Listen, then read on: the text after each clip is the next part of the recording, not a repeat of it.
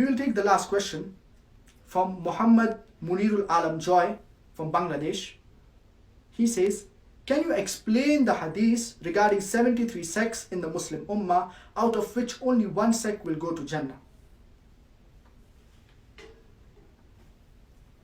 Allah subhanahu wa ta'ala says in the glorious Quran, in Surah An'am, chapter number 6, verse number 159, إِنَّ الَّذِينَ فَرَّقُوا دِينَهُمْ وَكَانُوا شِيَعًا لَسْتَ مِنْهُمْ فِي شَيْءٍ.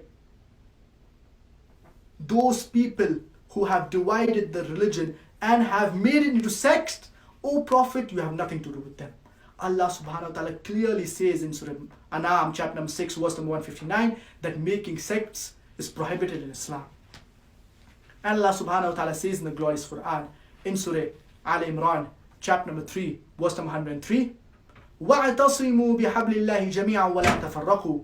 Hold fast to the rope of Allah strongly and be not divided. The rope of Allah, it is the glorious Quran. Now there is a hadith in Sunnah Tirmidhi wherein our beloved Prophet Muhammad, peace be upon him, said that the ummah will be divided into 73 sects.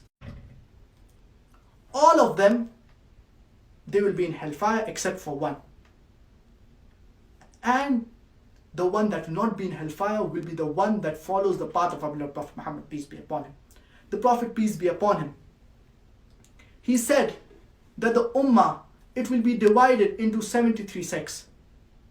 That does not mean that our beloved Prophet Muhammad, peace be upon him, he said that make sects in Islam. He never said that.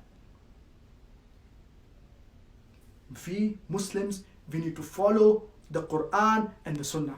As Allah subhanahu wa ta'ala says, Atiyullah wa atiyur Rasul. Obey Allah and obey His Messenger.